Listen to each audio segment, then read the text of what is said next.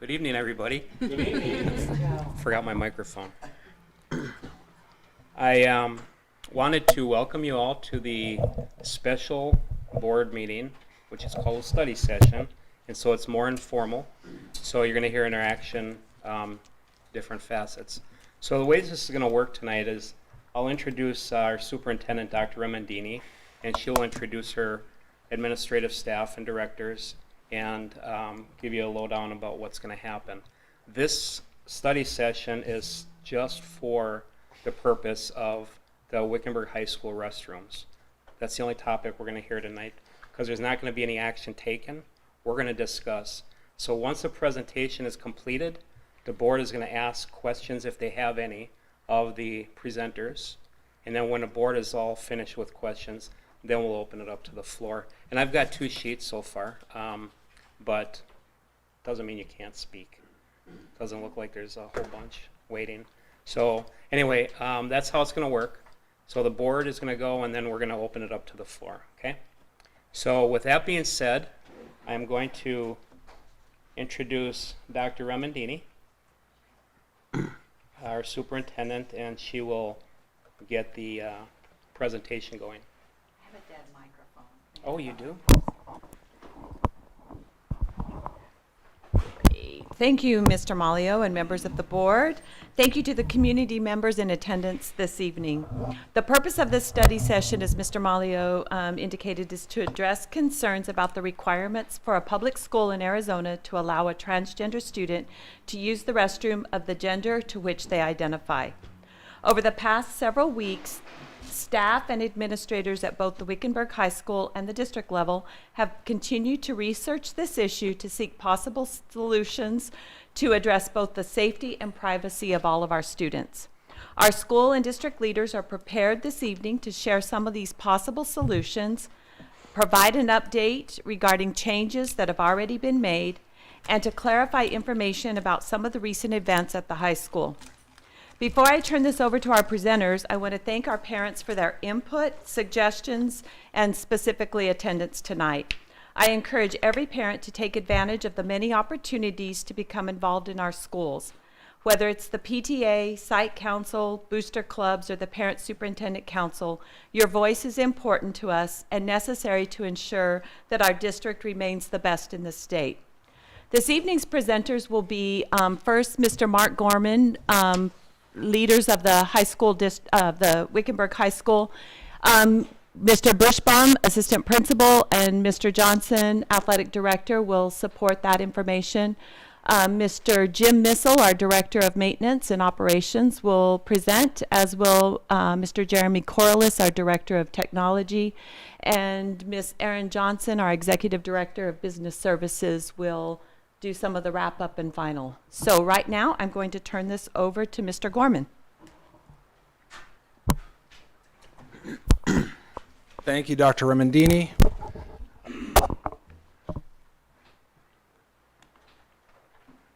See if I got this working right now.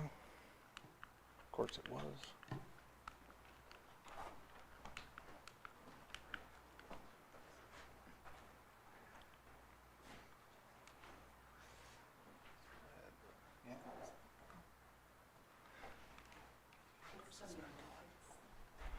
Mr. Malio, members of the governing board, community members, parents, I am going to start things off this evening really talking kind of about where things started and where, how it got to be where it is at this particular moment. So although I have a slide up here, there's not a lot that necessarily is going to be shown, but I'm going to go ahead and get things started while Jeremy is working on that particular element. So going back to how this kind of started, back in August, I was informed by a parent that we had a student that had identified as male using that restroom that they had identified by. That parent had a name for me, and I was not familiar with the student. It was a student that was new to us.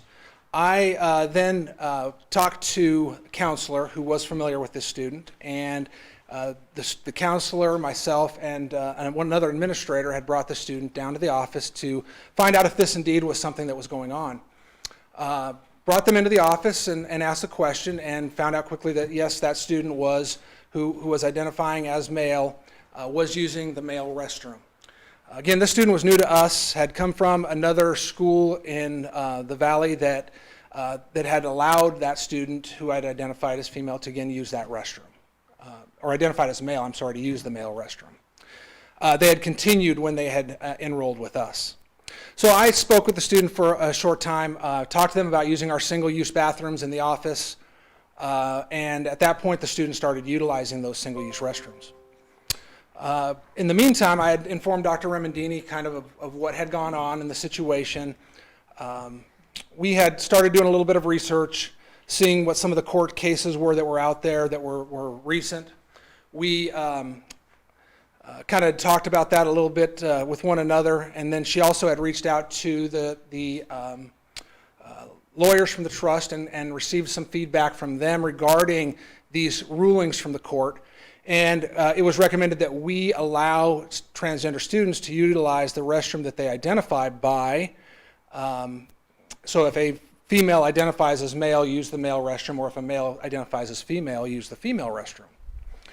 So we did a little bit more investigating, had some more conversations about that, tried to figure out what the best way was to sort of navigate things. I again called the student down and talked to them to find out if this was indeed what they were wanting to do. And in the meantime, we had gotten an email from Anti-Defamation League regarding this issue, and that a complaint had been filed with them regarding our lack of, if you will, transgender friendliness when it came to restrooms. And so we had that conversation and decided that we needed to move in that direction based on the complaint, the rulings, and the feedback from the lawyer. So we spoke to the student and again confirmed that they wanted to use that restroom. I spoke to the parent to find out if they were on the same page with that, and we spoke about some of the concerns we had, but they had been down this road before and did want that to be the case. So tried to, again, allow that student to go back to utilizing that bathroom that they identified by.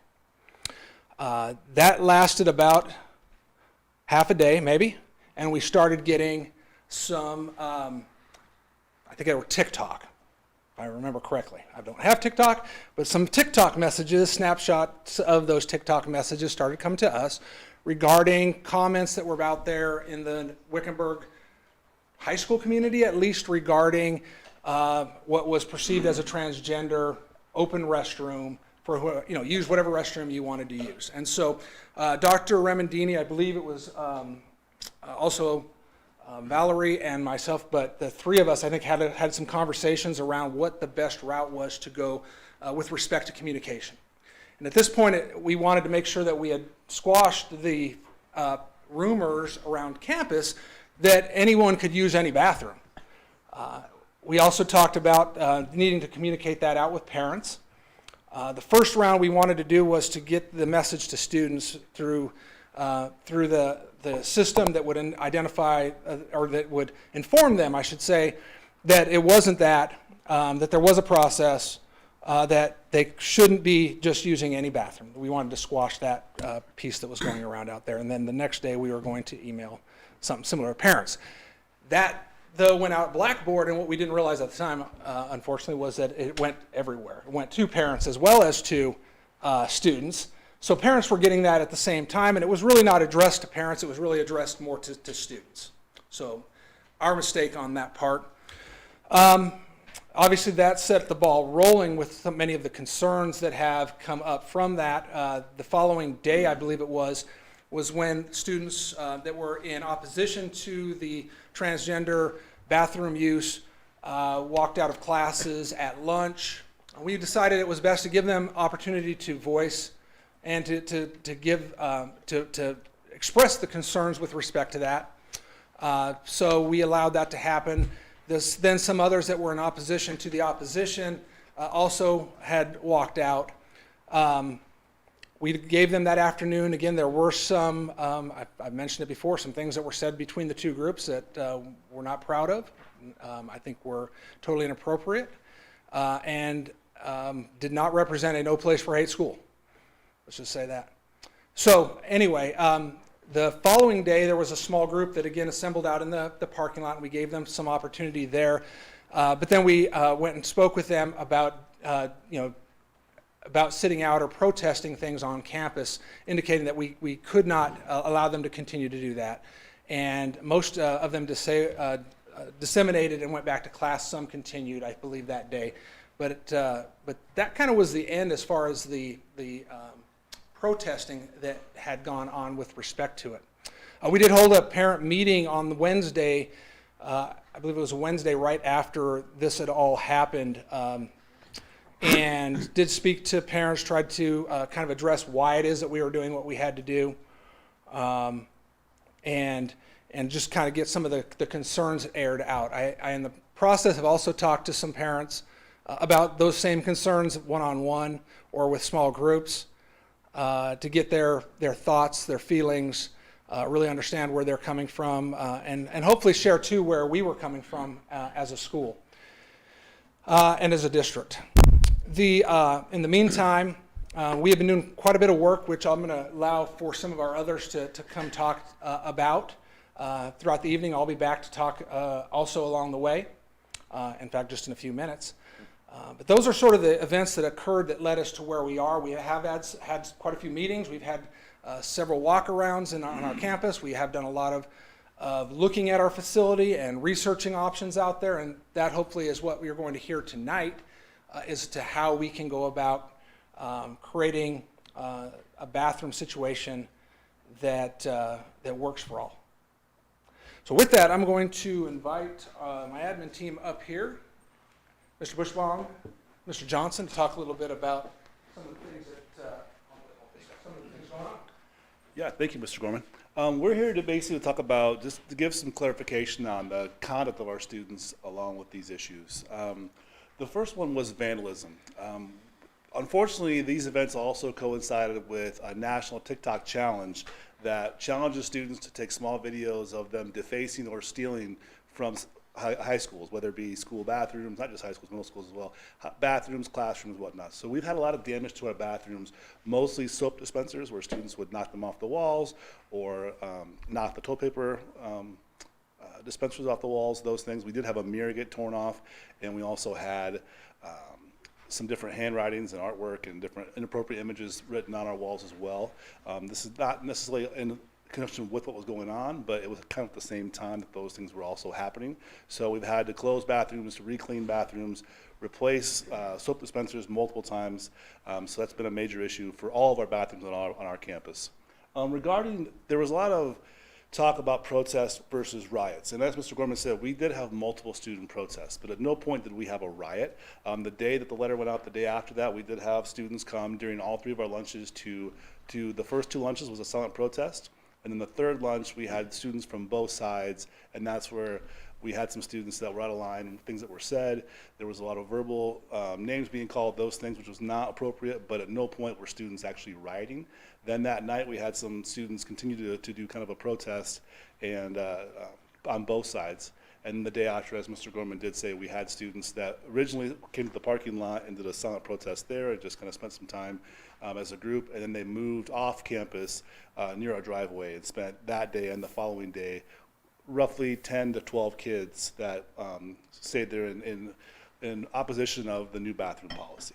And so, but we wanted to make sure that we could clarify, because when the word protest gets changed to a riot, obviously that brings up with it a whole bunch of concerns and worries. So we wanted to clarify what our students were doing was an active protest as opposed to a riot.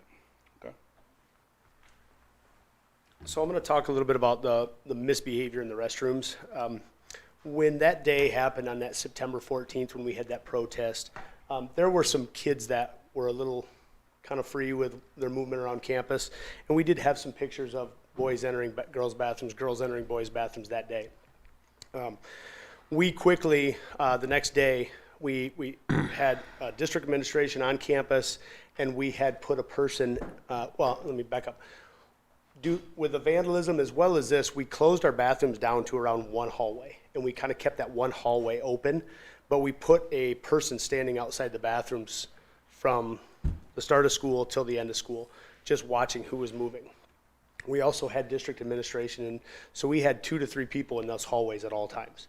And they were kind of the safekeepers, and that ended it right there. We didn't have anything moving forward after that one approved kind of peaceful protest day.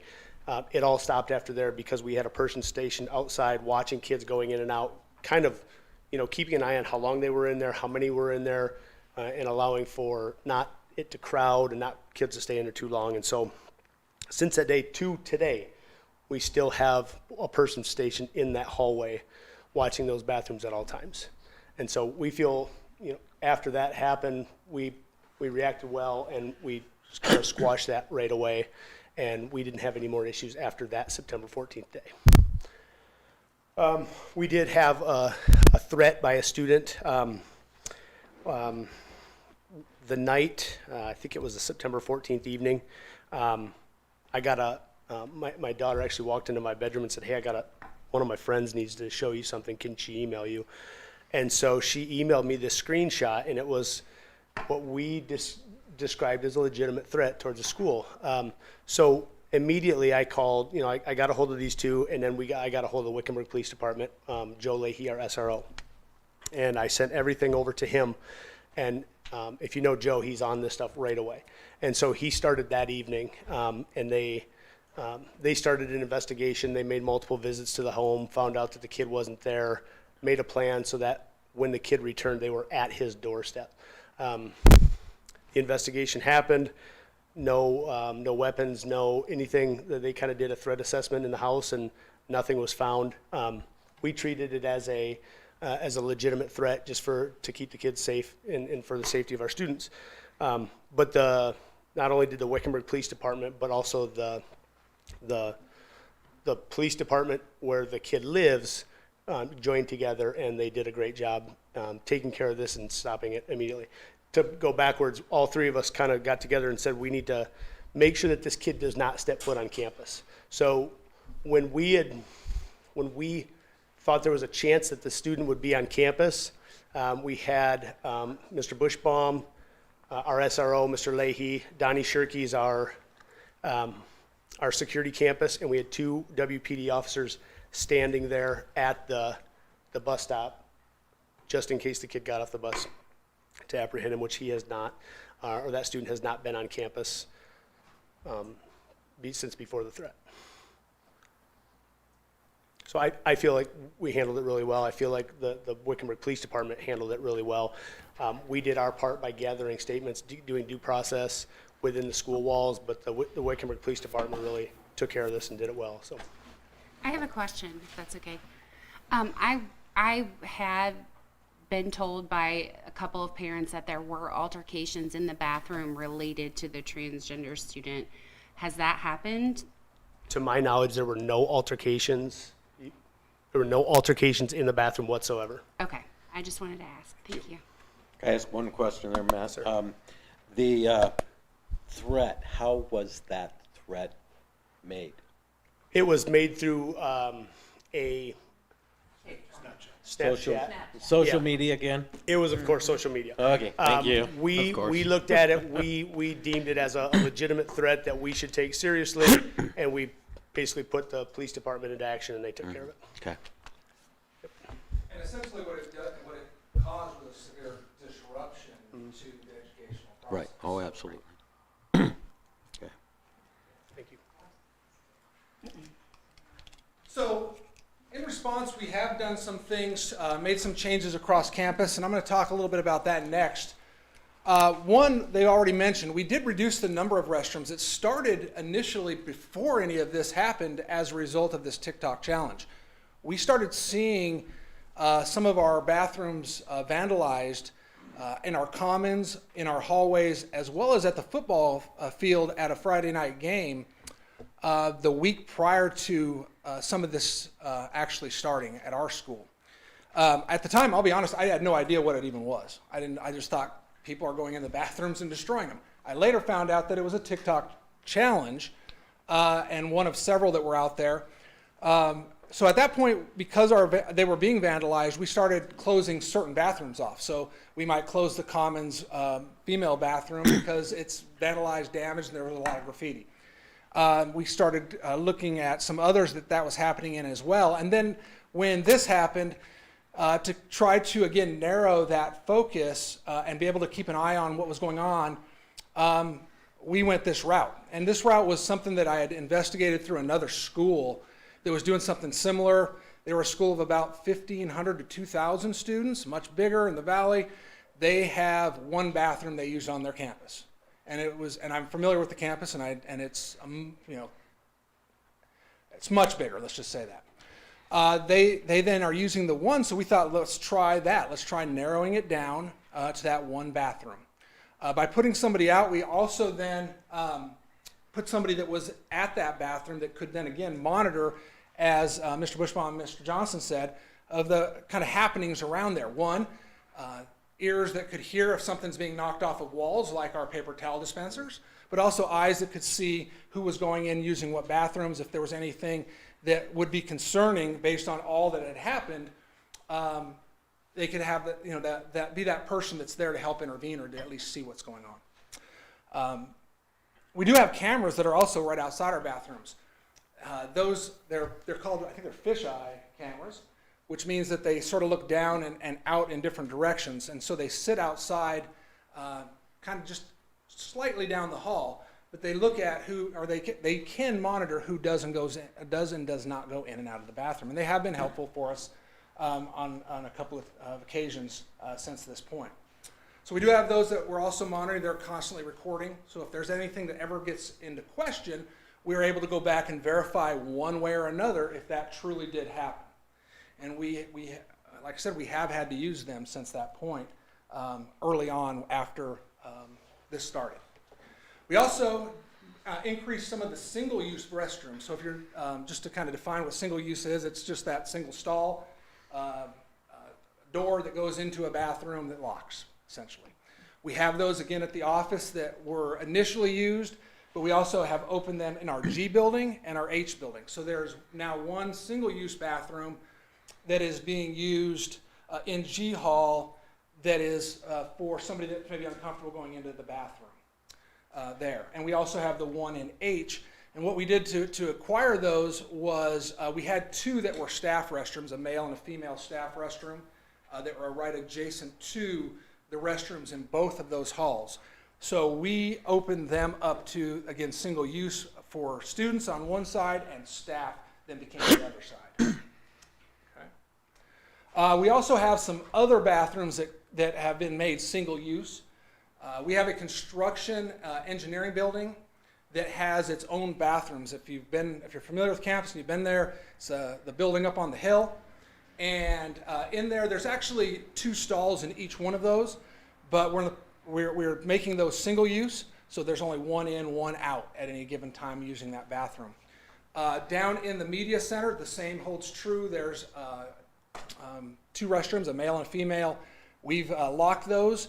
To access them, students have to check out keys from the person that's monitoring our 21st Century program, which is where those primarily are getting used from. Again, that's just part of I guess, the process to making things safe. The other part, though, is really monitoring what's going on in terms of students coming and going from classrooms. So we're looking at minimizing how many are out at one time so that there's not large groups that are gathering. Monitoring who they are, so signing them out so a student that leaves is signed out from a classroom. And if we need to, again, go back and check on who somebody was that was outside of a room at any given time, we can at least have a starting point for that. And with that, I'm going to turn it over then to, unless there's questions, I guess, I'll turn it over to Mr. Missel, who's going to talk a little bit about some of the privacy and some of the things that he's been working on in terms of doors within them. If you look here while he's coming up, I'm going to go ahead and talk some more about this. These are look in our hallways. Again, This is our G building, so here is our restroom, and then we've access to a single use next to it, adjacent to it. In our H, it's similar again. That's this one here, so where he's standing there is a single use restroom as well. Mark, I do have one question. Going back to near the beginning here when talked about the TikTok post that occurred that seemed to have gotten the ball rolling on all this. Did you say what that post had said? Oh, I'm trying to remember if I know there was something about Wickenburg High School, open bathroom. Yeah, policy. it said Wickenburg High School now has an open bathroom policy. Students can use any bathroom they wish to use at any time, or something like that. It was like, come one, come all, which Right, was never the okay. case. I just Yeah. wanted that out. Yeah, clear. yeah. Thank you. Jim? I can just talk about it as we go on. Good evening. We've done a lot of work starting on these bathrooms. We got the single-use bathrooms.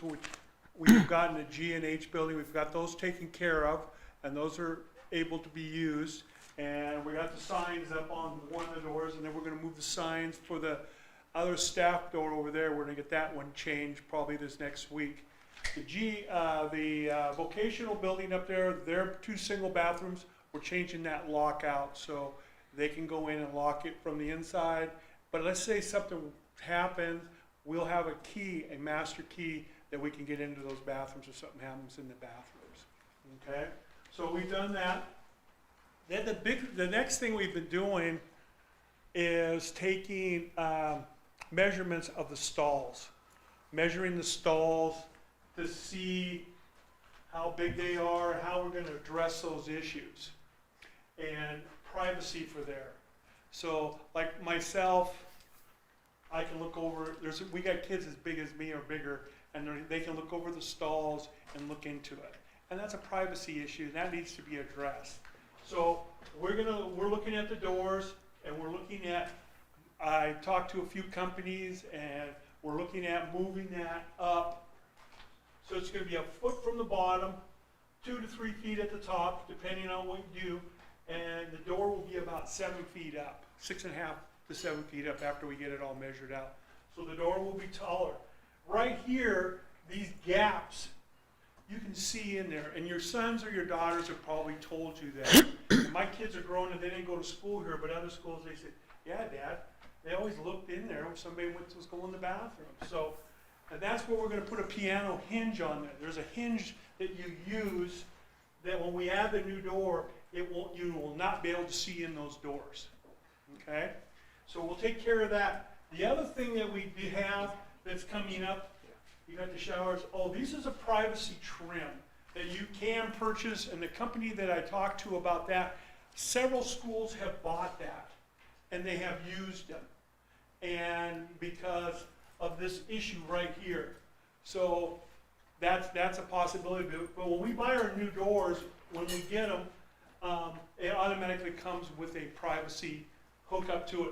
And it's not going to be the rubber one, it will be a steel hinge to it. And then right here, Mr. Missel, I just want to clarify, all of this is proposal at this point, okay? I just, Yeah, sorry. I know you know that, and but I just want to be sure everybody knows, This is these are proposal. proposals, there's multiple options that we can look at, so Yeah. thank you for that. I'm sorry. That's okay. I've been dreaming about this every night, how to make this look, or help getting it correct and making everybody feel good. Right down here in the girls' bathroom, you have stall doors for a regular bathroom, and then you have stall doors for a handicap bathroom, because I gotta have a wider door down there according to ADA, which is down here. And those doors could be as big as a 55-inch door spread on it. So we have to take some different measurements for that. The other thing too is, next slide, thank you. I can go to my urinals. Okay, right here.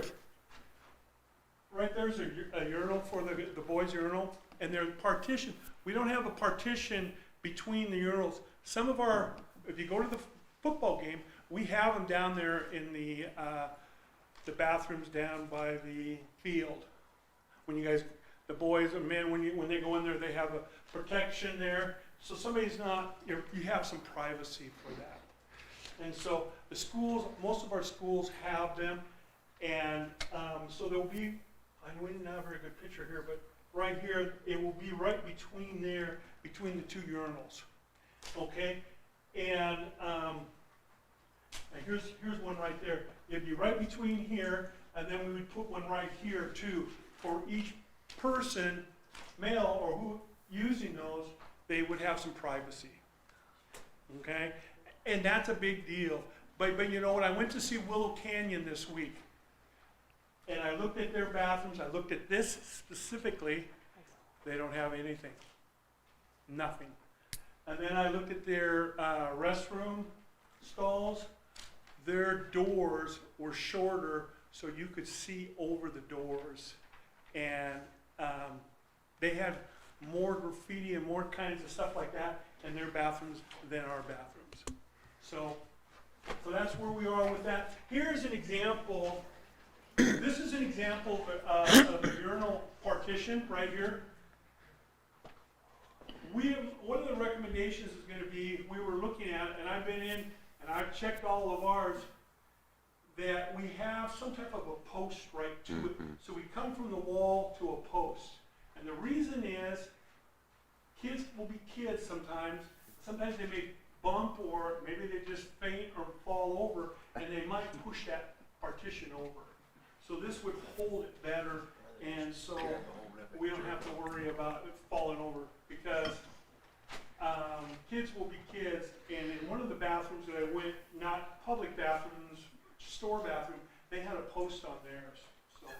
Mr. Missile, will you come back to the mic? Oh, I gotta come back to the mic. Sorry, kid. I used to be a teacher, so I always walked around my classroom. Okay, sorry about that. Now, the other thing I wanted to tell you about, we're gonna put shower doors. I like to look at my products. We're gonna put shower doors on these private showers, if we can, if we get approved. So we can put a door on those showers. So if somebody wants to have a private shower, they're gonna be able to do that. And they can be used, the same doors that we use for the bathroom stalls can be used for those too. Okay?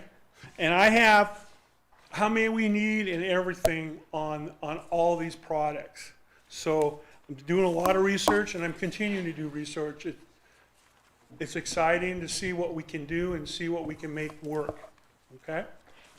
Mr. John, I was going to say, Mr. Johnson, would you step up and talk about the locker rooms just a little bit? Right? Yeah.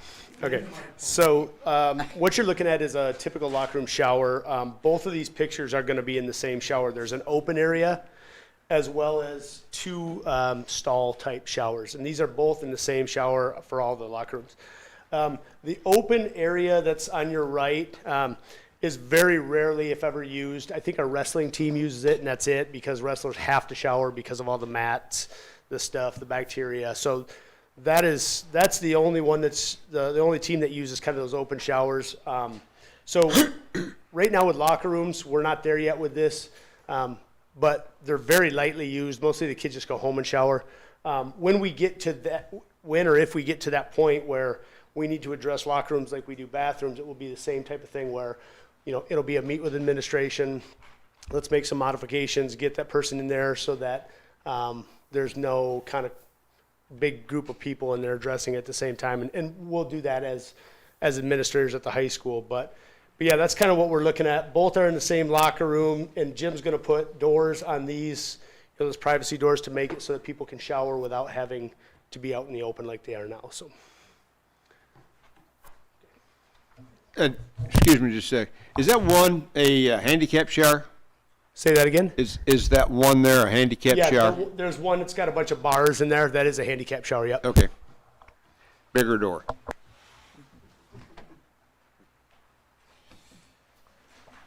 Okay. Turn on the light here. So I'm going to talk a little bit about safety, because I know you guys are thinking, boy, Jeremy, I'm glad you're here, but what does IT have to do with bathrooms? So we're gonna look a little bit at cameras. We have existing cameras, and as Mr. Gorman said, the existing cameras do cover our bathrooms in the G&H hallways. But what we're talking about is adding to that to specifically cover the bathrooms, so we can see who goes in and out, have a better idea of kind of what the occupancy is.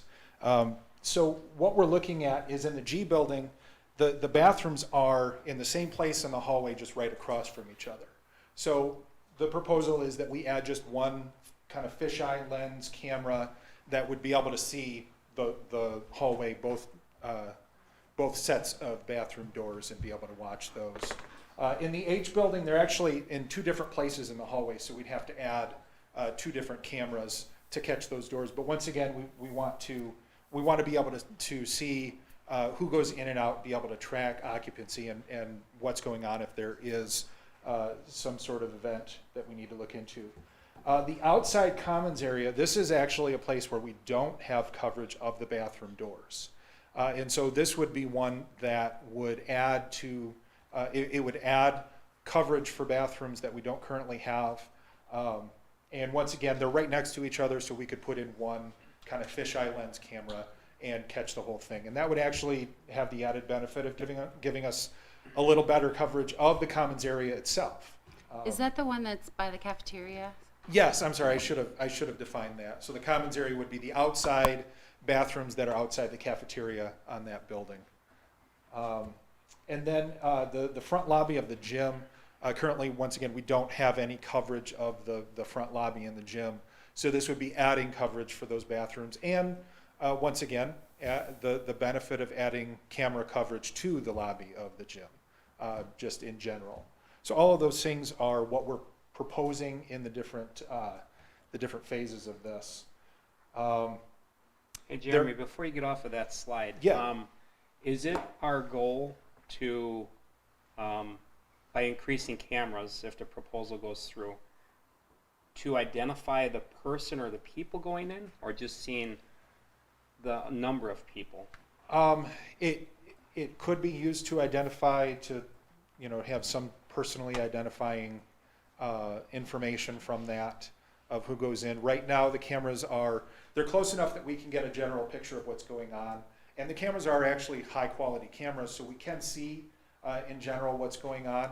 But this would give a much clearer picture, literally clearer picture of what's going on, closer. And yes, it would be able to identify better who's going in and out. Good, okay. Thank you. Okay. Is the intent that somebody's going to be watching the camera display all the time, or is it for going back and looking at, you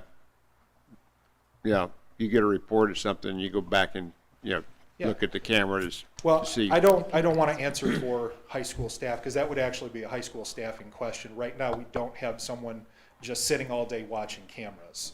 But if Mark wants to talk about that. I would say, right now, short term, we are monitoring cameras and we are posting an individual there. But there's much more to monitor than just a bathroom. And so we want to get to a point where bathrooms are secure, as far as when you go in there, there's a sense of privacy to them, as well as then if there's ever an issue that were to come up, that were to be brought to our attention, arise, that we can then go to that, look at that time, find out when and if there was something that could have possibly aligned with whatever the concern was that was brought to our attention. But eventually, there's going to come a point where we need our security back monitoring our whole campus, not just the G Hall and the bathroom right there. So it would serve more of a purpose of long-term to record what's going on, and that recording lasts for days. I'm not sure the exact length of time. And allow us to go back, and if there was a complaint, a concern, something, we have a record to go back and look for.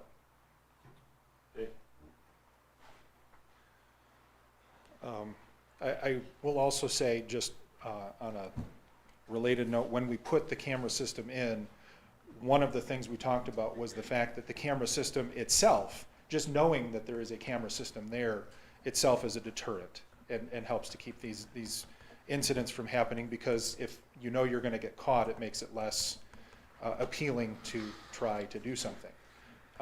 So a question about how long the footage lasts. In most cases, it's 30 days. It depends on the server storage. In some cases, it can be 20 days, but we can also add into that storage and make it last longer. So we have some flexibility there, but our goal with it is to get right around 30 days that the footage lasts. Okay, so in talking about the cameras, there are actually 3 different types of cameras that work with our current system. The fisheye camera, that is, in my personal opinion, that's the coolest camera we have because it's one camera and it gets a 360 view of everything. We have one in the cafeteria, right in the middle of the room, and when you expand it out, you can see right into the serving line of the cafeteria from the ceiling in the middle of the cafeteria. So if you've been in the room, you would be more impressed than you appear right now. We also have kind of the fixed dome camera, and that's your general camera. It's just pointed in one direction. It doesn't get a very wide picture, but it gets a good picture of what it's pointed at. And then we have the 180-degree panoramic camera. That's actually 3 cameras put together that gives you 3 HD pictures stitched together of 180 degrees. And the reason I put all of these on here is when the time comes, if we're going to install cameras in different locations, I have ideas on what might work, but working with the high school administration and staff, we would put in whatever works best for that area. If that's the fisheye camera, that's great. If that's one of the fixed dome or the panoramic cameras, that's also great. So the idea is we're going to put something in that works for that particular area. Now, did I understand when Mr. Gorman spoke earlier that there's already a camera, fisheye camera in the hallways? There are, I believe 3 fisheye cameras in the G building and 2 in the H building. I'm trying to remember, but they're spread down the hallway, and so they're not specifically covering any one area. They're kind of trying to cover the whole length of the hallway. And so the proposal then is that these would just be right outside the restrooms. Yeah. Okay. Yeah. Okay. The next thing that we are proposing is some sensors. There are new sensors that have been coming out over the past, I would say, 10 years, definitely, and then over the last 5 years, they have gotten a lot better. They are just sensors. They are not actually recording anything. They are not cameras. They are nothing but sensors. And what they do is they go into the bathrooms and they can detect noise, like they can detect decibel levels. So if there's a fight or bullying going on, there's yelling, it would detect that. It would trigger an alert to staff, whoever is set up to do that. It can detect vandalism. Obviously, if they're being quiet about the vandalism, it seems pretty hard to quietly tear a soap dispenser off the wall, but it can detect the vandalism, but it can also detect vape. The sensor that we're proposing actually detects THC and differentiates between that, vaping, and smoking, which there's not a lot of sensors out there that do that, but this one would integrate with our current system. And then it would also detect carbon monoxide, among other things. There are a lot of things that these sensors can detect, but those are really the main things, and the things that for us are really pushing the student safety. That's what we want, is for students to be safe in the bathrooms. These sensors would give us the ability to monitor what's going on, get alerts triggered to mobile devices or email based on certain criteria, and be able to timestamp that with our camera system to know at this point when this event happened, this is the footage. These are the kids that went in and went out, and we would be able to timestamp that and look back at that information.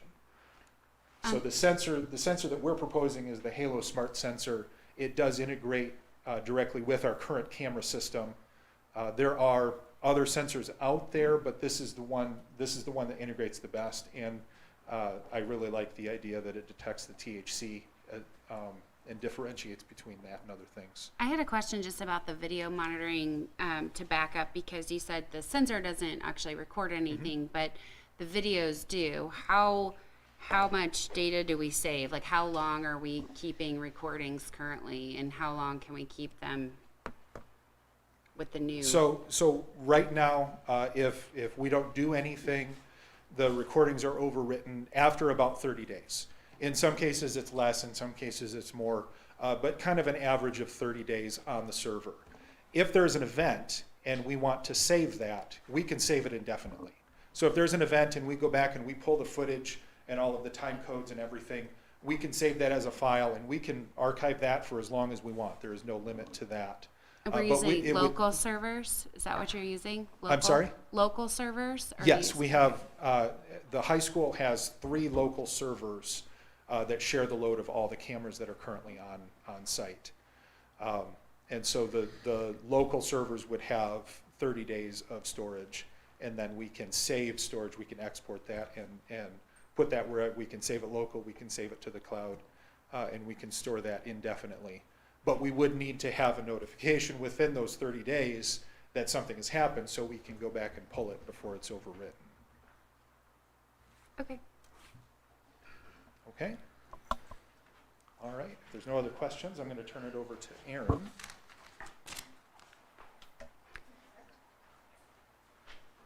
Good evening. So obviously, this is going to potentially cost us some money. So I just want to talk about some possible funding sources, maybe. There we go. So depending on, what is decided and how much everything comes in at will depend on how we source our funding. I anticipate that we will likely need to split fund between a few different sources, and so we do have some options. Grants is obviously always an option. We could potentially use some ESSER funds for that. There are also some school safety grants out there that we could apply for that would support these changes.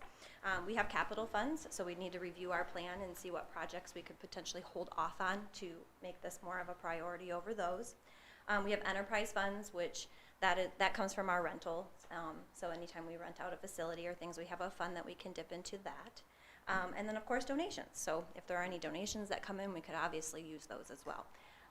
With anything that we're going to do, all of our procurement will have to be in place, of course, with this. So if we do it in-house, then that's great. We have our maintenance crew that could potentially do some of it.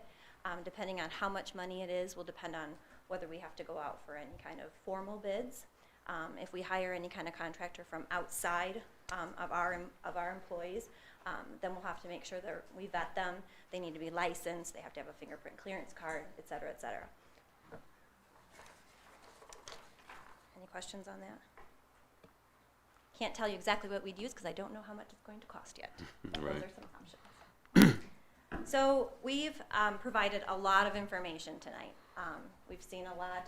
We've had the history, how we got here, some suggestions, and so a lot of careful consideration by this team has been given to how and when these updates should take place based on several factors. We want to base it on importance, so which restrooms are frequented the most? We feel maybe we should address those first. We want to make sure that what we purchase will meet the needs and purpose of what we're trying to do and cosmetically look okay. So we may need to do certain sections at a time or certain bathrooms at a time rather than, going out and buying, 100 doors, not that we need 100 doors, and go, ooh, these aren't going to work, or we don't like how this looks. And then we also need to look at the feasibility. If we're going to do this in-house, do we have the manpower to do it? So the funding, how much is this going to cost and over what time span are we going to do it? So we do see these 3 different phases, potentially.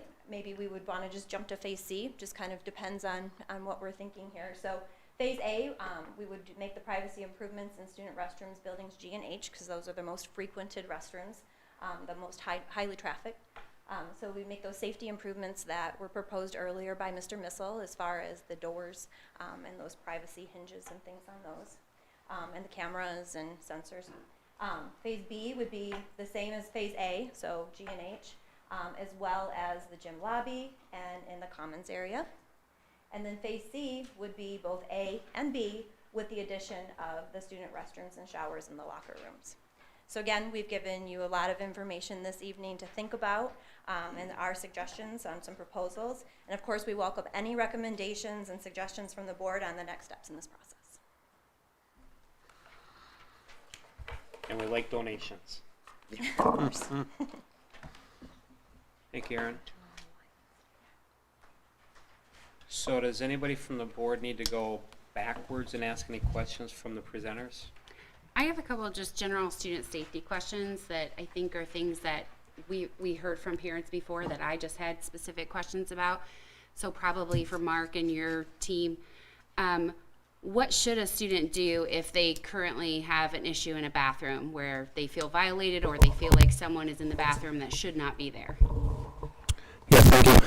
So if anything happens that is a concern across our campus, they initially need to bring it to the administrative attention. We have them fill out an incident report, give us as much detail, time, things of that sort, so we can then start the investigative process to find out what might have happened, if there was something that could have occurred. And we've had a couple of incidents that have been brought to us that way since this happened, and we've been able to go back and investigate. I'm going to go into a little bit of details just as an example so you can kind of see.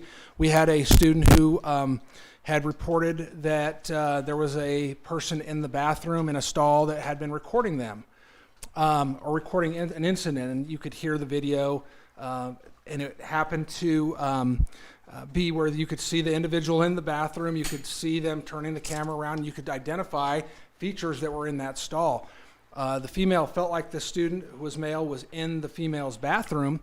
However, as we investigated, I think it was both Matt and Clint were looking at the video and found that there were identifying things that were on the wall. Let's just say it was the Peak Eagles, or the Vulture Peak Eagles. And there were things on the wall that were identified. They went up there and looked at those from the video that was submitted and turned into them, and found that it was in the men's restroom that it was being recorded, but the audio was then being, you could hear it because of the closeness of the restrooms. So it really wasn't a student in the female bathroom. So the cameras, the incident reports allow us to start investigating, and so definitely coming and reporting it is number one.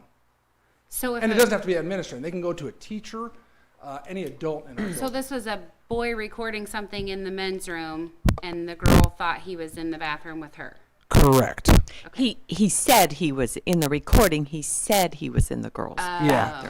So, and they can probably But speak he a little bit more wasn't. to this. However, I think I got enough of it to I guess share that. But they were able to then again talk to the student who had filed the complaint, look at her video, look at the wall, and show her that it indeed wasn't the women's restroom, but the conversation that was happening was carrying into the men's bathroom, and they felt like, because of the comments and such, that it was happening in the women's bathroom. So, Mark, can I? Plus, can I ask the kid also gave the impression that he was in the girl's Yeah. bathroom. Can I And ask that a was question kind of that, his, like, hey, look at me. And we figured out he was not. Did she see this on social media also? Thank you. I believe that was the case, right? That that was like on Snapchat or something also, yeah. Okay, so follow up. What is there a punishment for a student that's not transgender using a bathroom that is not of their appropriate gender? Yes, there is. And what would that be? I believe that it's suspension out of school. Okay. I think it was 3 days minimum. But You guys can correct me But if right I'm wrong now, on that. students can, a male who goes to the restroom in the men's room, he can take a video and not get in trouble? In the men's restroom? Yeah. If he's in the video, in this situation, granted it was social media, but he was in the men's room videoing, listening to girls' room conversation, and that is okay. I'm just asking. I think that's not sorry. what he said. Yeah, it wasn't that he was listening. He was trying to make it seem like he was in the girls' bathroom. Uh-huh. Yeah. And that was, I think, just in the wake of this happening, the day of the walkout that was happening on campus. And he did receive a consequence for that. Yeah. Yeah. Right. That was my question, was Yes, he got in trouble, absolutely. that's Yes. not okay. You Well, can't and- take videos in the bathroom and put it on Snapchat, wherever, whatever it is. And That it would be took my about question. 2 hours of administrator's time to figure out that it was in fact the men's bathroom. So yeah, absolutely. Yeah. Okay, those are my questions. Ron, you have anything else? Sandy? I'm thinking. I'm just, one of the questions, and, you know, God forbid, because kids are the way they are and things that they see, the cameras, do they ever get vandalized? Don't give them any ideas. No, I know. those cameras are too high up, they can't vandalize them. And a lot of times kids don't even realize the cameras are there, or they just know they're there and they ignore them, but they're too high up to vandalize for. Okay, because that's my first thought. I think cameras are wonderful. I do think, you know, knowing somebody's watching what you're doing, maybe you're on your better behavior than you would if you thought no one was watching you. So no, I love the idea of the cameras. I just wanted to make sure they wouldn't be vandalized. Can I also add, there's enough on the ceilings with the cameras That they don't notice. it would be hard if they don't know what's what. It would be hard for them to know what's a camera, what's a smoke detector, what's an alarm. So it's not like we're hiding them. They are, if you know what you're looking for, they are clearly marked. But there's enough up there that if you don't know what you're looking for, you don't know what you're looking at. And to answer your question earlier, the cameras now are probably 20 feet or so from the bathroom, and we can identify kids that are moving in and out of those bathrooms. Not great, but we can identify them. If we put them where Jeremy wants them, we would be able to very clearly identify kids that we needed to have a discussion with.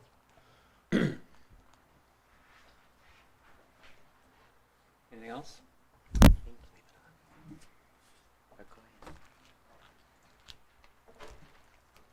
Well, while Sandy's thinking, we're going to start with the people in attendance who wish to speak or ask questions.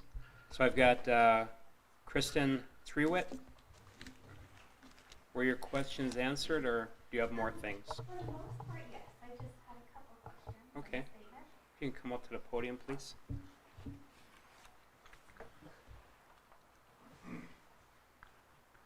Okay. Well, first of all, I spoke last time. I'm Kristen Thruitt, a mother of a student at the campus, and the board, superintendent, as well as administration. Thank you for this opportunity. And I want to applaud you and just say thank you, because I really think that you all have made an effort, and it's apparent. And so I thank you for that, because I think what happened initially was we received that email and it went out social media, you know, and that first night we were all freaked out. We were, you know, our children were in danger. Some of us did not agree with it morally. You know, there were just so many issues going on. And how it happened that it went out to students, I know it was a mistake, but it just felt like it was undercut, that the parents, you know, we were out of the loop, and it made us really angry. And that was the result, you know, of how it came out. That being said, it does look like you guys have put a lot of research into this. My question is, what is the time frame? I know it's going to cost money. I know that we have to go through all the proposals, but right now, Kendra and I had the opportunity to go meet with Principal Gorman, and I appreciate that very much, because what we were lacking was communication, and what we got from him was a little bit better understanding of what was going on and what had taken place. But what we noticed was the restrooms were in dire need of updating, just in general. I realized that maybe our school, you know, doesn't have the funds. So what is the time frame to be able to get the funds to get to the point where we have safe restrooms? And then also, while we were there on campus, we went to the restrooms. They did have the gentleman that was there that was supervising, but while we were there, probably in the 10 minutes or so in the hallway, I noticed that he was absent for several minutes. So if you're talking about having somebody posted, it wasn't consistent. So that's what I noticed as a parent. I'm not, you know, blaming you all. Maybe he has to go to the restroom himself. but is there a backup plan? You know? And then, what is happening? You said that student did not return, so therefore the threat, it seemed like it was kind of diminished. Has the student come back since then?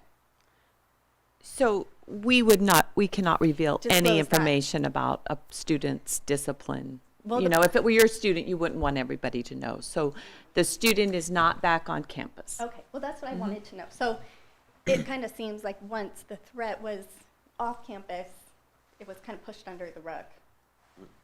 Is the student coming back? Are we still?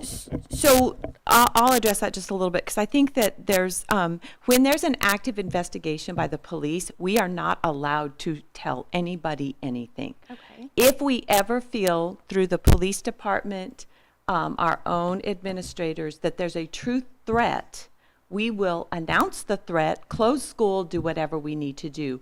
Once it's in the hands of the police department and they have given us guidance about how to respond, we cannot interfere with their investigation by announcing to everybody that this has come on.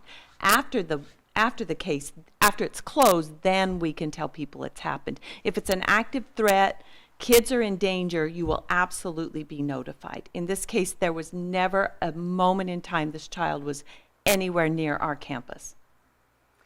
Okay, but there was. He hadn't been at school for a while before that. Okay. Well, it was posted on Facebook. It was posted on Wickenburg PD, on their social media about the investigation. So it was public knowledge. They posted the same thing we did. They posted it before we did, and we had that conversation, because usually we post things at the same time that a threat has been received. Okay. Yeah. I think as parents, we just feel like you are, not you in general, the school district, the administration, are doing things after the fact. Wickenburg announces that they've been doing this, conducting this investigation, and then you guys come back and it's like, oh yes, this is going on.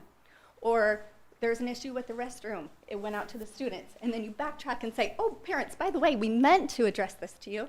Yeah. So it feels like there's a lot of covering up and backtracking on the situation. And the original email that came out to the students, it's from Mark Gorman. It says transgender students may use the restroom assigned to their gender of identity. But the one that came out from you, just 2 weeks later, said that the restrooms are for either boys or girls. And any student desiring additional privacy is encouraged to meet with administrators or a counselor. So which is it? Well, that had already happened, as Mr. Gorman had explained. The policy for this transgender student, and first of all, I will begin by saying I apologize for the communication.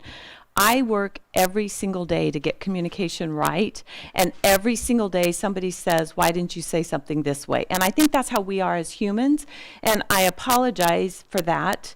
When Mr. Gorman and I were talking about, we already had kids that were coming and saying, can we use any bathroom we want? So the immediate issue was to make sure kids knew that was never the case. That was not the case. And social media can be our worst enemy right now. And so lessons learned, absolutely. The letter that went to the parents the next day was already in draft form. We were still working on the legal context and trying to get to the parents. And in hindsight, maybe we should have not even said anything to the kids, but we were already worried that students had already brought that to our attention. So it was out there. Yeah. So it was an immediate issue. So I apologize for that. And it's hard to predict what's going to make social media. It's hard to predict what's going to be an issue, because if we think something's we're gonna handle it. We're gonna get the communication out. We're gonna get it out in the forefront, and then something, a TikTok challenge comes in to devious licks comes out at the same time. Everybody thinks it's connected. So the truth is, Mr. Gorman had already followed the process of talking to the student, recommending that the student use the single-use bathroom, which was the process that is used. That's how we identify it. And in most cases, transgender students want to use they want permission to use the single-use restrooms, because typically they're in the health office or they're away. So that becomes part of the issue. So that didn't happen this way. So to say a transgender student may use the bathroom of their gender identity is a true statement, but there is communication that must happen before that takes place, right? Okay. All right. And then last question, have you guys addressed the student body? You know, like we've talked about possibly an assembly or something, just so everybody's on the same page, so that if students aren't checking the Blackboard messages or if parents aren't checking an email, is there a situation where you've gotten the group together and said, look, there are consequences to your behavior, there will be punishment if boys go into the girls and they're not supposed to, this is where we stand. Is there something like that that's in the works? There hasn't been a whole school assembly necessarily. I mean, we met and talked about some of these, and you brought us some great ideas. We are exploring those. We had a meeting just today to again follow up with Mediation. with them, regarding that, and are in the process of putting together that plan, so that it's not just kind of something we're throwing out there, but we're thinking through too at the same time. So. Will we be able to get maybe something in writing that gives a timeline? Because everything seems like it's in the process or it's in proposals. Is there something that's going to have a strategic plan? I know it's hard to pin that down, but is there a way that we can communicate? Because I know that what we found when Kendra and I went was just opening up the means of communication helped tremendously. And then we were able to share with parents that were upset, this is what we were able to speak with Principal Gorman about. And he was able to clarify these situations where if there's misunderstanding, over social media, we can't do that. So is there a way that we can speak publicly or be a liaison, or is there anything? Keep the kids off social media. You can't do that, though. You can't keep kids off social media. Well, I think if it's something that the board needs to address, if the proposal options are out there, and if the administration comes to the board with the proposals and the funding and how they're going to handle that, then we will make a vote and we will approve it as soon as it gets to us. I have no problem with saying that. I would like to see the best possible solution as soon as possible. Yes, agreed. And I think that's And where we all stand. would. We all would, obviously. Yeah.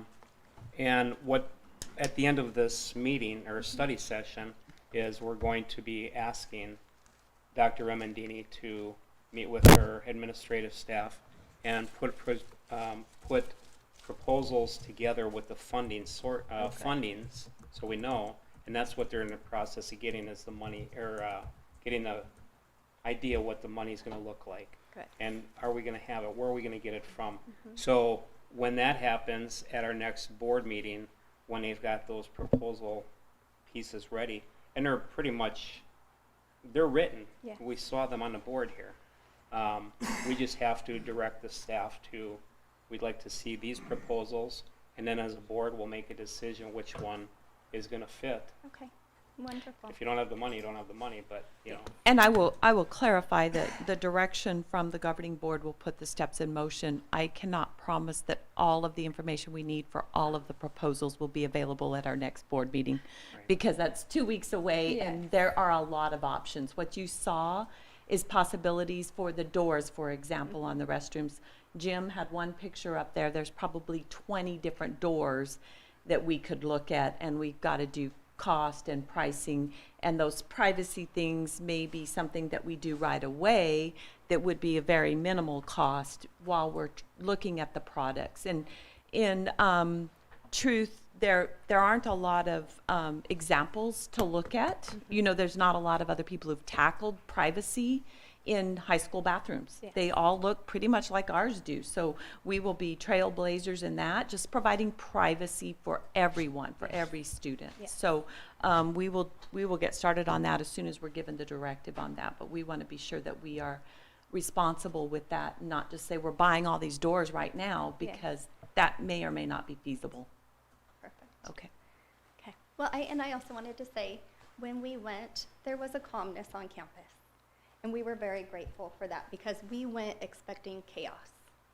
And when we went there, maybe it's the calm before the storm, and I hope not, but it was better than we expected. So I'm grateful for that.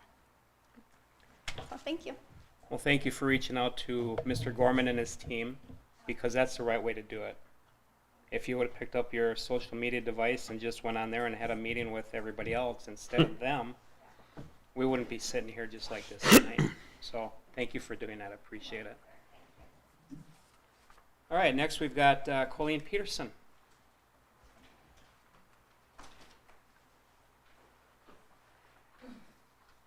I really didn't anticipate saying something specific because I wasn't sure the direction of the meeting, but I am Colleen Peterson. I am a teacher at the high school. My son graduated from there. I graduated from there. My daughter is a senior there. I am deeply invested at Wickenburg High School. And I want our community to know that this issue with bathroom safety and security was happening long before this happened with the transgender use.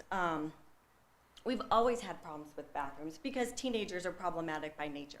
And they just do bad things when there's nobody watching that they think. So I think the direction that we're moving as far as security and safety for the bathrooms needed to happen, and this brought it to the forefront, but I don't want that to be the issue that holds us back as well from taking care of providing safety for our bathrooms. Like, some kids don't go to the bathroom the whole day because they don't feel safe there, and that's never okay. And that was 10 years ago. So I appreciate the work. I know Jim has tirelessly. My classroom is right next to the bathroom, so I got an inside track with the business that's going on there. I would say to parents that we need to do a better job of teaching our kids how to behave and treat others with kindness over what's happened. And also, it's not funny to vandalize school. Like, it costs you as a parent money, it costs business owners money, so we just have to do a better job about educating our kids and having those conversations. And again, kids are gonna do bad things because they're teenagers, but let's have a positive impact on how we respond to that behavior. Our teachers want what's best for these kids. And 85% of our students are not misbehaving. It's a small population that we've got causing strife. But like she said, there is a calmness on our campus. Homecoming last week was the best we've had in years. Kids were invested. So I want Wickenburg High School to start being looked at as a positive place to be, because it really is. If you can come there and see it, it's a great. I wouldn't work there. I could go somewhere else. I could retire. I could be a pickleball player. But I like my job. I like working with kids, and it's a good place to be. And I want that message communicated out there. Thank you, Colleen. See, we like positive. Should end it with her. All right, we've got Kendra Baylor.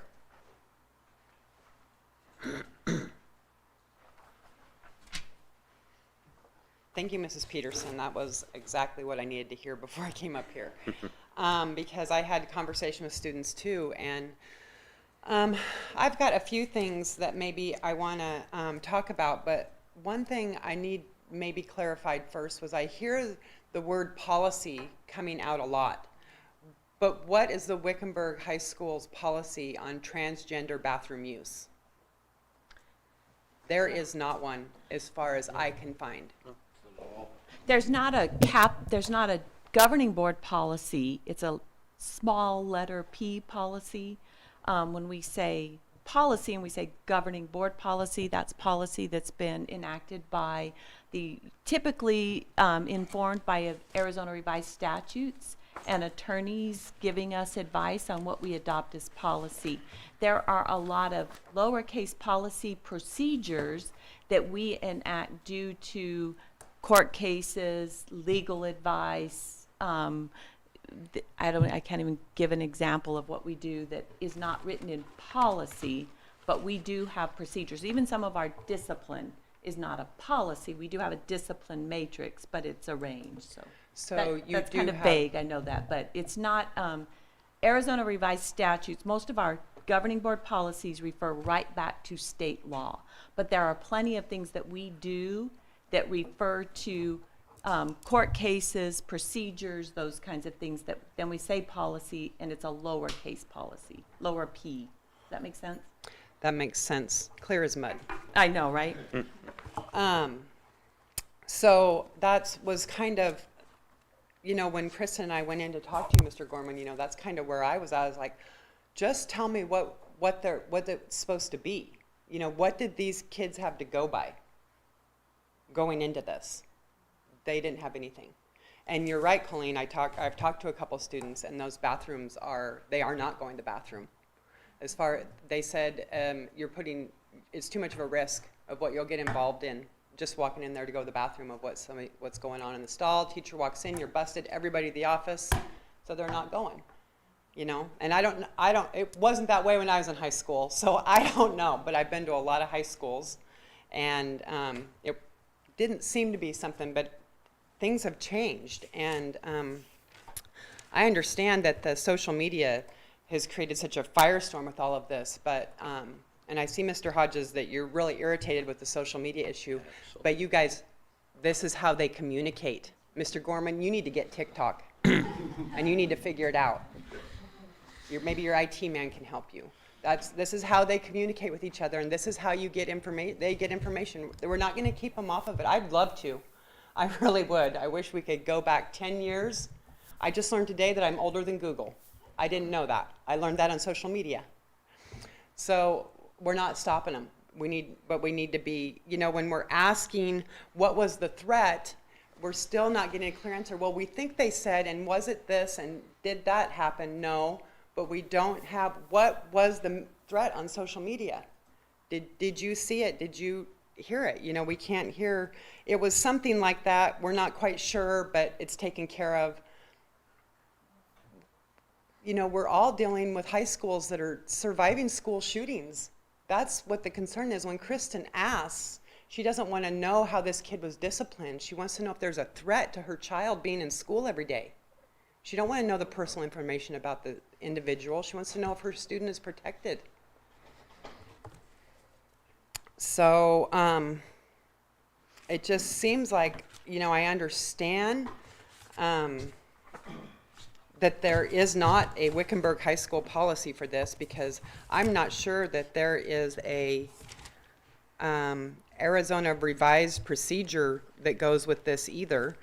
I did take the time to this letter that was sent out after the students to the parents to Wickenburg High School, and I don't have a student at the time, so I didn't get it, but Kristen had forwarded it to me, and I just kind of took the time after we had a small parent meeting, was feeling a little bit defeated, and it's this letter that originally went out to the students and then addressing the parents. And it was saying, to clarify, students are required to use gender-identified bathrooms with an option of using a single-use facility, blah, blah, blah. Number one, allowing transgender students to use the restroom of their identity is not a district or school policy. It's a requirement of Title IX of the Education Amendments Act of 1972. This act protects students from discrimination based on sex. As of February 2020, the Ninth Circuit Court serving Arizona upheld this dismissal of a suit filed against school district for accommodating the rights of transgender students. I was done. I was defeated right there the first time I read it, and I never went back to it. But that night I did go back to it, and I started clicking on the reference on the last page. Right. It would tell me that, and the first reference took me to Title IX. And in Title IX, I can't find one thing that talks about high school restrooms. It doesn't. It talks about sexual discrimination. Mm-hmm. It doesn't talk anywhere about what you're to do. It does talk about an educational institution and how it was defined, and the last time it was updated was October 22nd, 1986. I did find that, but I would be glad, I'm just trying to go by the references that you gave us as parents to So see the how court we're supposed case to react. is probably the best reference, because the findings of The what is? the court case. Oh, yes. In that court case, the ruling judges wrote a very thorough opinion about the interpretation of Title IX covering transgender students. And so that happened several years ago, that it was declared that Title IX, at the federal level, Title IX covers sex discrimination based for transgender students. Mm-hmm. So that's what was the impetus for the change in how schools could deal with transgender students. The ruling regarding transgender students must be allowed to use the gender to which they identify was played out in the court system. The court case that I shared with you was a from the Ninth Circuit Court in San Francisco based on a ruling of one court case that was brought to their attention in their area. And they ruled it was a parent lawsuit brought against a school district that allowed transgender students to have equal access. And the Ninth Circuit Court found that the parents who were saying their children were discriminated against because the transgender student was allowed to use the restroom, that the parents' case was not upheld. And so that's the seminal case in the Ninth Circuit Court, which we are in, that defines and makes the basis for the legal opinion that transgender students must be allowed to use the bathroom of the gender to which they identify. Other circuit courts around the nation have ruled the same way. Florida, I want to say that they're in the 14th, but I could get that wrong. There's a big case there that was a big one. As early as this summer, the Supreme Court is still refusing to hear this. So if there's a complaint about the Ninth Circuit Court, the next step is the Supreme Court. And the Supreme Court of the United States rejected to hear this issue.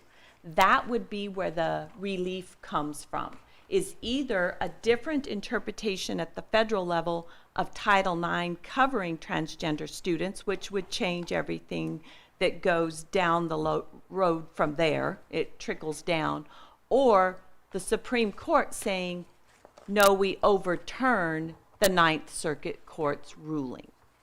But the Ninth Circuit Court's ruling that upheld this was based on parents saying their own children were discriminated against because of the transgender students' rights. Correct. It's a pretty interesting case. It is interesting. What's most interesting to me is that it was first, from what I can tell, it was dismissed in the district court, which is why it went to the circuit court. Am I correct? I don't want to be quizzed on that. I'll forget about Well, I that. can But it tell you made it it to was. the circuit court. It was from dismissed in the district court, so the parents took it to the circuit court. The circuit court agreed to hear it after Right. the But district they court. upheld the dismissal from the district court, which was in the state of Oregon. Right, but it's all the Ninth Circuit Court. We're all But bound the by. original dismissal Right. happened in the state of Oregon, Right, it doesn't, once you're. not in the it's- state of Arizona. But it went to the Ninth Circuit Court, and Arizona is in the Ninth Circuit Right, Court. So but it first had everything to that be happens- dismissed in Oregon in order to Federal. go to the To circuit my court. knowledge, Federal. nobody in It's Arizona. federal. This whole thing is federal. Then why was there a suit filed in the district court in Arizona? That wasn't federal, that was in the district court. I mean, I just am trying to clarify, I have it right here from the Arizona State Law Journal on the number 2 reference that was sent out to the parents. Right, and the Arizona State Law Journal, I believe that court case they're talking about is the one that originated in Oregon. In 2017. Because we're in the Ninth Circuit Court. Right. So once a circuit court takes up an issue, everybody in that circuit court is bound by that decision. Right. Whether it started in Arizona or it started in California or Oregon or Washington or Nevada, we're bound by that. Right. So the attorneys for the school districts and the trusts that we get our legal advice from are in Arizona, and they are advising every one of their school district clients to allow transgender students to use the restroom of their choice based on that court ruling, the Ninth Circuit Court's ruling, and the fact that this has already been tried in our circuit court. So we would likely lose because it's already been there.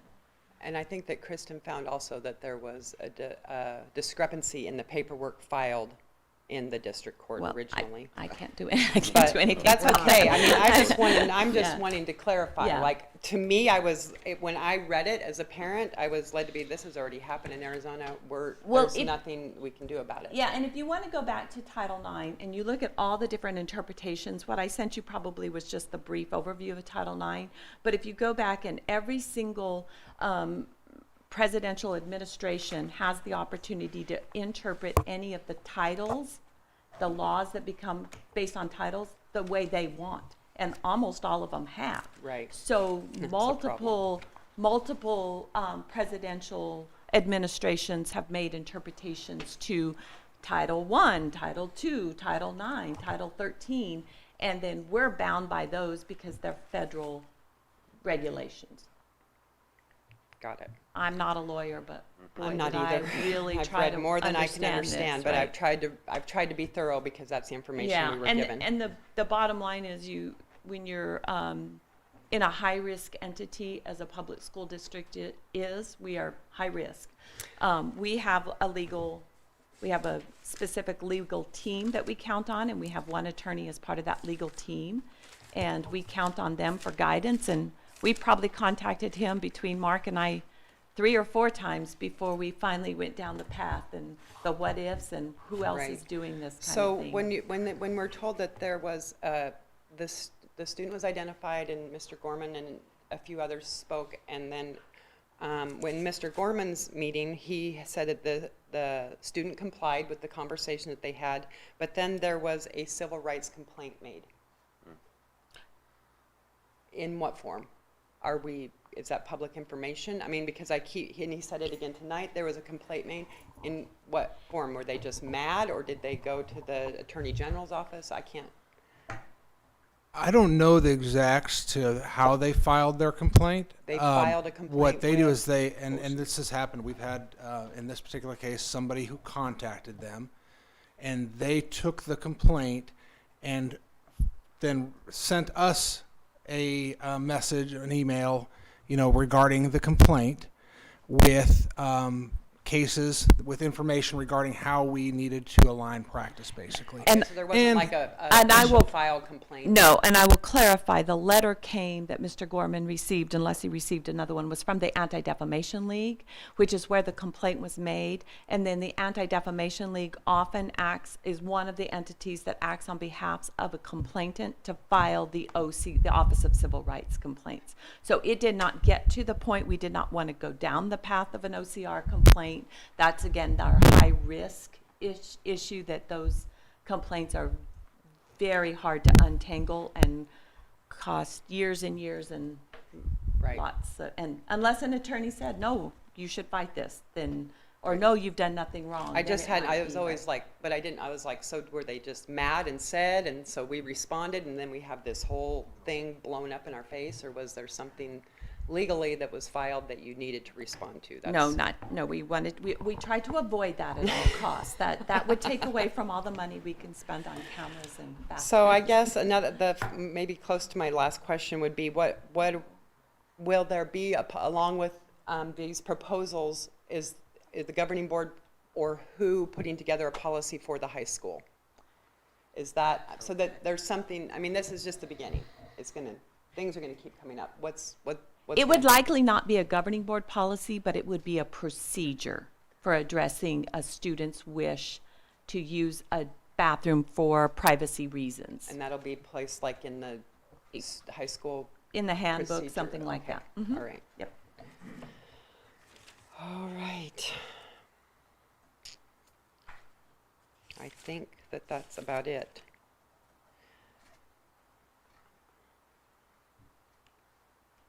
I think so, but I appreciate it. I appreciate your time.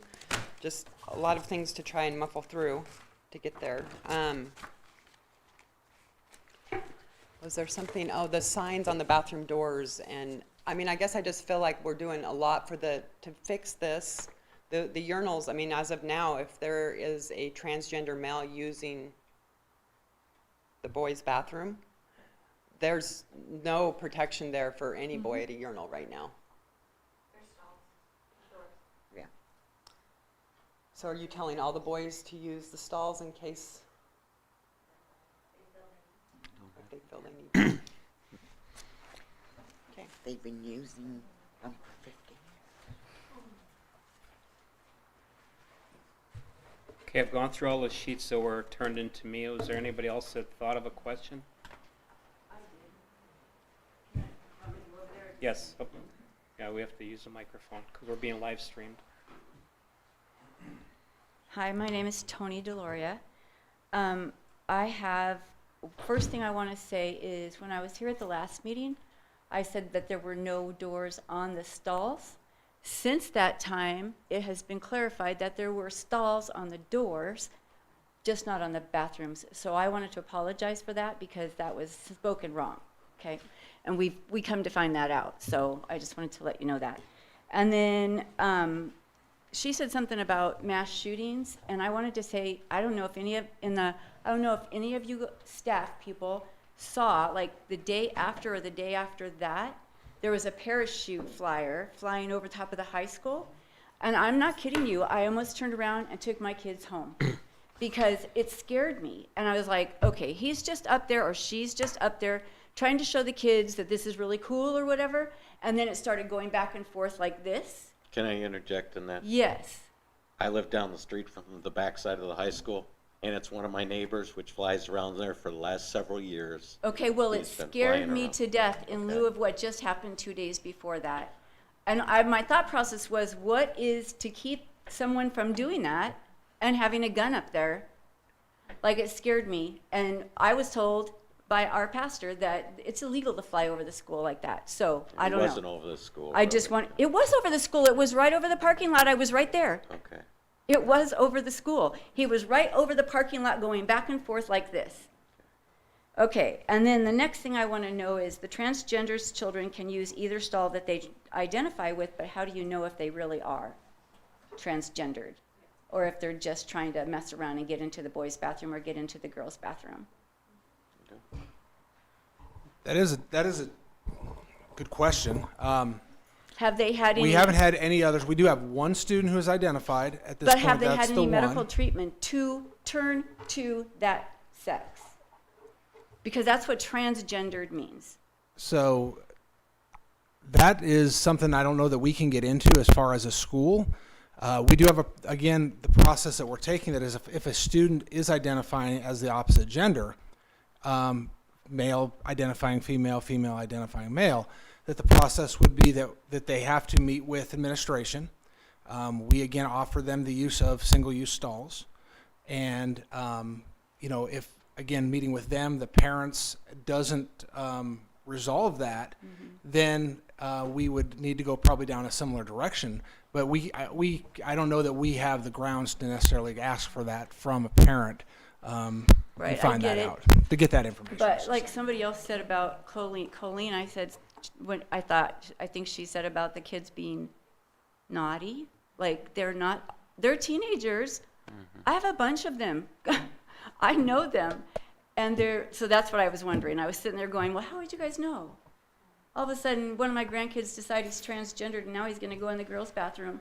I mean, he wouldn't do that, but I could see kids that would. But anyway, I just wanted to say that. And I do want to say this too. I think you guys are actively trying to take care of the situation. And I'm really grateful. Because at first, we didn't feel like that. But I do think, I can see that you are. And I can see that you're concerned about it. And I really appreciate that. Thank you. Did you still? Okay, good. Anybody else? All right, well, I appreciate everybody coming out tonight, and what I like to do is, at this time, I always go for the Mercedes over the Ford Maverick. So I'd like to see if we can get administration to get us some figures for the Phase C, Option C, because all of those things, there's nothing less important. You know what I'm saying?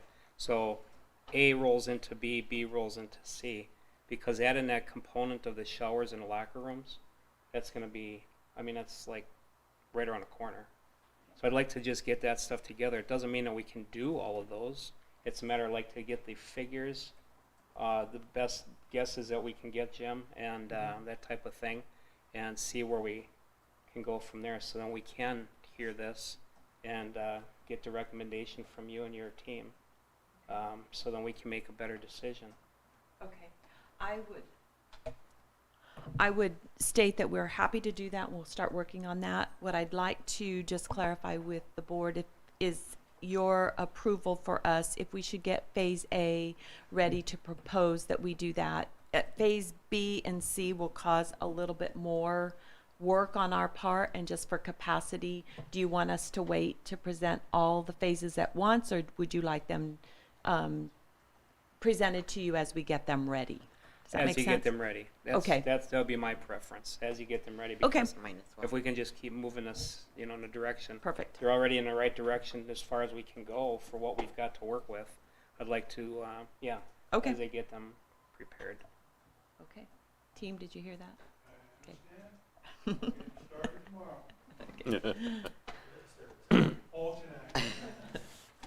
Yeah, you still have a couple hours tonight.